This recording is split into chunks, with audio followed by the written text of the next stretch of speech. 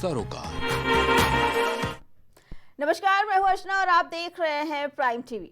अयोध्या के मिल्कीपुर विधानसभा सीट पर हुए उपचुनाव के लिए मतों की गिनती लगातार सुबह से जारी थी। हालांकि तस्वीर साफ हो चुकी है। बीजेपी ने अपना परचम लहरा दिया। सीएम योगी आदित्यनाथ ने अखिलेश यादव को मिल्कीपुर में मत देते हुए साख की लड़ाई जीत ली है। मिल्कीपुर उपचुनाव में सपा की हार के बाद अब चर्चा हो रही है कि समाजवादी पार्टी का गढ़ क्यों ढह गया। हालांकि समाजवादी पार्टी ने मिल्कीपुर उपचुनाव में बड़े पैमाने पर धांधली और सरकारी मशीनरी के दुरुपयोग का आरोप लगाया। मिल्कीपुर में करीब 65% से ज्यादा वोटिंग हुई। वोटिंग परसेंटेज को देखने के बाद सियासी जानकारी ये सोचने को मजबूर हो गए कि आखिर ऐसा क्या हो गया कि उपचुनाव में इतनी बम्पर वोटिंग कैसे हो पाई। देखिए इस पे हमारी रिपोर्ट।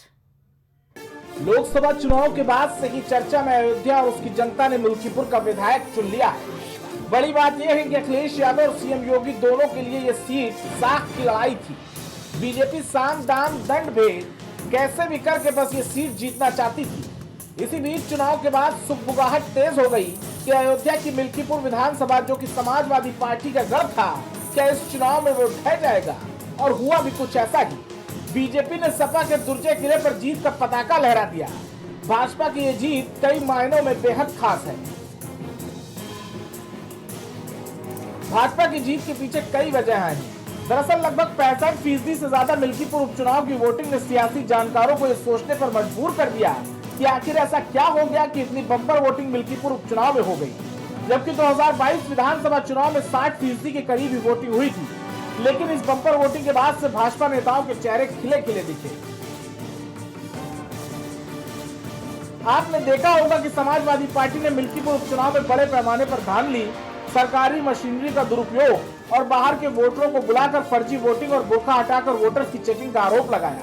और तो और अखिलेश यादव ने एक के बाद एक एक्स पर कई पोस्ट डाले और अयोध्या प्रशासन और चुनाव आयोग को आड़े हाथों लिया।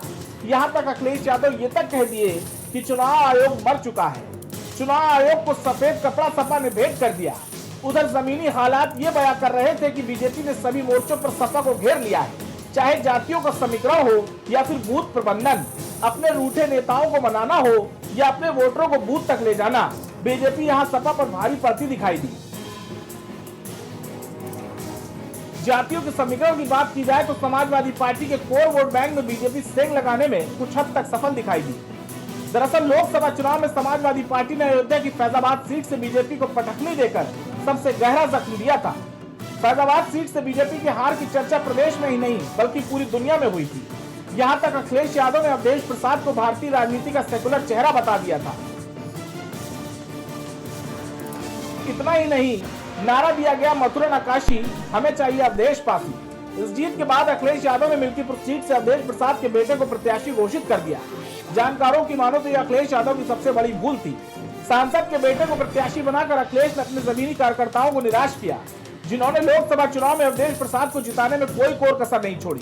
कार्यकर्ताओं को उम्मीद थी कि विधानसभा उपचुनाव में उन्हीं में से किसी एक को प्रत्याशी बनाया जाएगा। यही वजह रही कि उपचुनाव से पहले सपा जिला अध्यक्ष अंतोष चौधरी और सूरज चौधरी अपने समर्थकों संग समाजवादी पार्टी छोड़कर आजाद समाज पार्टी में शामिल हो गए और बागी के तौर पर मैदान में उतर गए। Output desk prime TV. हमारी रिपोर्ट में फिलहाल इतना ही। बाकी खबरों के लिए देखते रहें प्राइम टीवी।